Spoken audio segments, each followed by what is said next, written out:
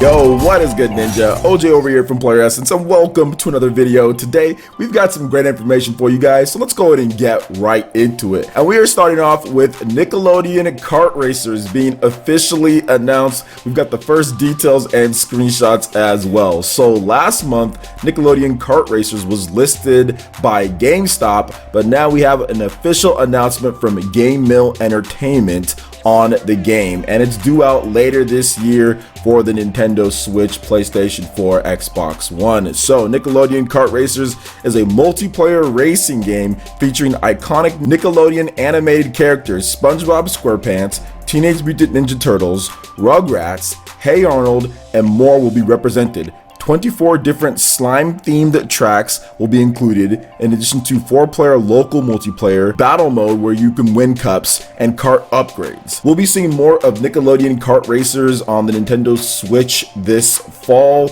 and I didn't see here in terms of online multiplayer. I'm hoping that they actually include that. Like, why would you have a kart racer in today's day that doesn't have online multiplayer, especially with Mario Kart around and other games as well. I think there's like a fruit racing or whatever that is that has like online multiplayer. But either way, even if it does or it doesn't, this is probably going to be for like the kiddos, obviously. If you're playing with like parent and son, or mother and daughter, whatever the case is, father and daughter, you're playing with that, or maybe the younger crew out there. So I think that would be the reason why they wouldn't include online multiplayer. But regardless of all of that, this is obviously a budget game, guys. It's going to be, I think, $29.99, something like that. But here's what I do like about it. It has the old school cartoons in there. They're obviously trying to get the parents with the kids, because if you're a kid today, you don't really know much about stuff like Hey Arnold or Rugrats. Those shows haven't been relevant in years, maybe even decades. Yeah, I'd probably say decades, because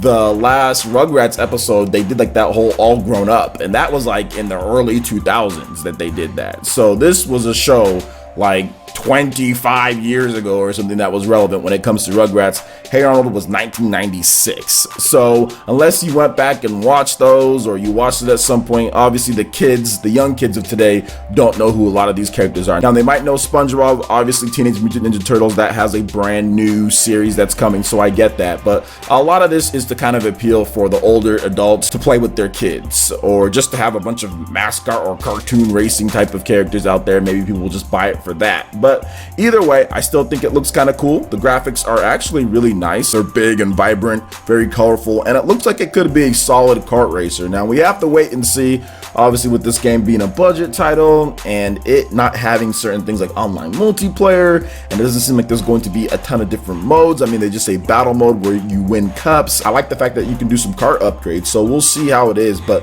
there hasn't been a ton of kart racers that have really kind of attracted my attention outside of the normal Mario Kart. I think the last great kart racer outside of Mario Kart that I played was Crash Team Kart Racing, and that was a long time ago. So I haven't played too many other really amazing ones out there. I think the fruit racing game, I think that one's solid, but I'm not sure how good it is because I have not played it exactly. So I'll probably pick this one up so I can play it with my daughter. It does seem like a game that she'd probably like to play. She likes Mario Kart, so I'll probably pick this one up. So what do you guys think about Nickelodeon Kart Racers, and are the nostalgia strings being pulled with this one here when it comes to characters from Hey Arnold and Rugrats? Let me know your thoughts in the comment section below. Alright, and moving into the next topic here, SEGA has explained what is new and what's old in Valkyria Chronicles 4. This is a game that I'm extremely excited about coming to Nintendo Switch, PlayStation 4, Xbox One, and PC here in the West. In Japan, it's only going to be on the Nintendo Switch, and the PlayStation 4, it's already out there. So let's go ahead and get into this interview from Vooks, where they talked to a SEGA producer, Andrew Davis. So here is the first question.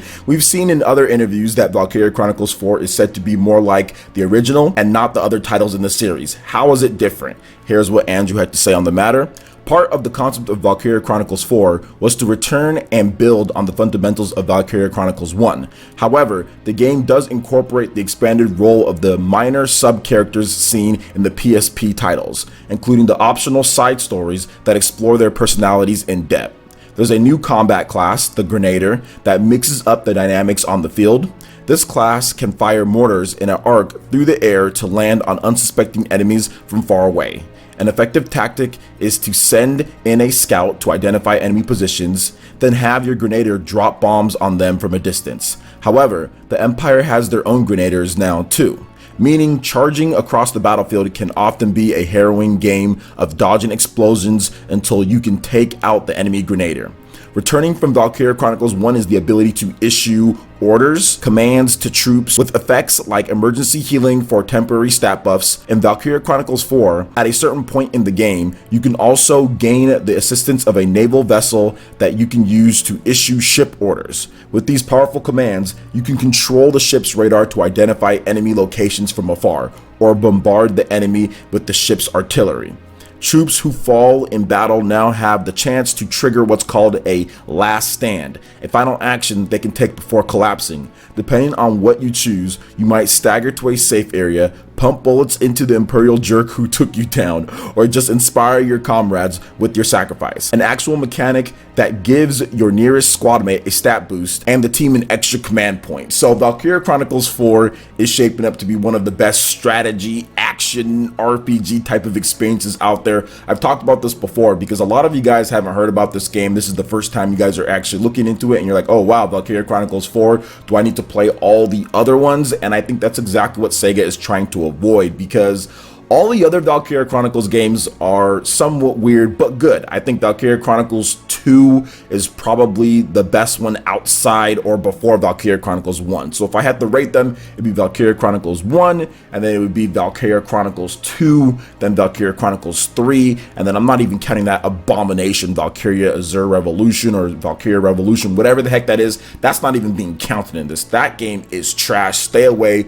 Don't go near it at all. So I think that what SEGA is trying to do, because they're really trying to make a relation to Valkyria Chronicles 1, and then what did they do? You can buy Valkyria Chronicles 1 later this fall on the Nintendo Switch, so they want to get that out there. They re-released Valkyria Chronicles 1 a couple different times now. They want to make it like Valkyria Chronicles 1. It's set in the same time period, kind of like in a different story, so you don't necessarily need to play Valkyria Chronicles 2 and Valkyria Chronicles 3 in order to get into the story, and with good reason, because Valkyria Chronicles 3 has never been officially localized, and Valkyria Chronicles 2 is a PSP title that has never been re-released on any other system, not even on the PS Vita or the PS3. There's been no collections, so it makes sense for them to say, hey, let's just kind of relate this to Valkyria Chronicles 1, because that's the game that most people are comfortable with and most people have played. It sold the best out of the Valkyria Chronicles franchise. So I do think that Valkyria Chronicles 4 is going to be really good. They moved the date up. But what do you guys think about this information here in terms of what they're doing? Are you guys excited for Valkyria Chronicles 4? I know all this stuff looks pretty cool, the Grenadier class and all that. I'm looking forward to playing it on the Nintendo Switch. So what do you guys think about this?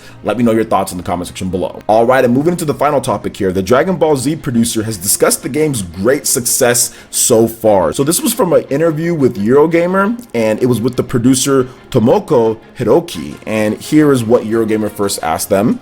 What would you say is the chief reason for the game's success so far? Obviously, it's got Dragon Ball license, so it appeals to Dragon Ball fans, but it seems to have broken out beyond that as well. And here's what Hiroki had to say on the matter. Quote, "We believe the main reason for the success is the first announcement and also the support we have post-launch. For the first announcement, if you remember, we made it at the Microsoft Media Briefing. At that point, we were able to deliver to users quite a surprising animated expression, as well as a genuine fighting game mechanic.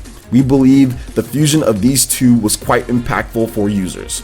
Another thing is, thanks to the help of Arc System Works, even after the release of the game, we've been able to constantly listen to the voices from fans, hear their feedback, and implement that into the game. We believe these 2 points are the main pillars of our success." So I do think that there is a lot of truth into what he's saying here with the success of Dragon Ball FighterZ. Announcing it at the Microsoft press conference was a little bit weird, but at the same time, you probably got that name out there to more people that wouldn't have heard about it beforehand. And Microsoft always goes first with the press conferences, so they were one of the first big announcements when it comes to E3 and all of that. So I think that was definitely a help, but I also feel that Arc System Works, their history and their just knowledge of fighting games over all of the years, in addition to their beautiful animation and what they can do graphically with the game and their systems, it just made sense, and people just love that aspect because people were kind of tired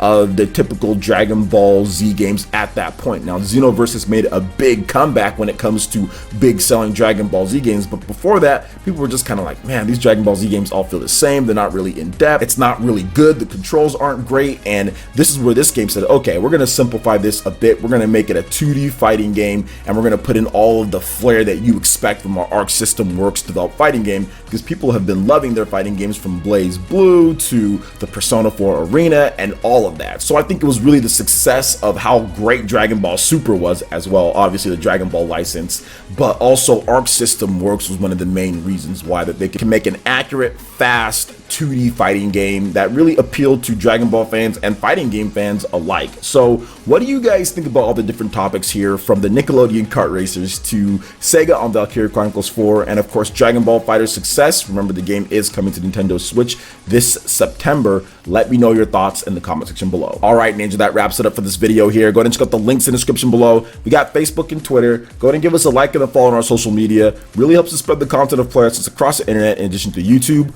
Also, make sure you check out our Patreon, Twitch, and YouTube live gaming pages, and consider supporting Player Essence. When you do so, it gets you access to all sorts of cool benefits, perks, rewards, and emotes via YouTube sponsorship. So check out the link in the description below and consider supporting Player Essence right here on YouTube. Hit that like button if you did like this video. Lets me know you guys want more content like this going forward in the future, and subscribe to Player Essence for latest RPG, Japanese, and Nintendo gaming news. Thank you so much for watching, and we'll catch you in for the next video. Peace.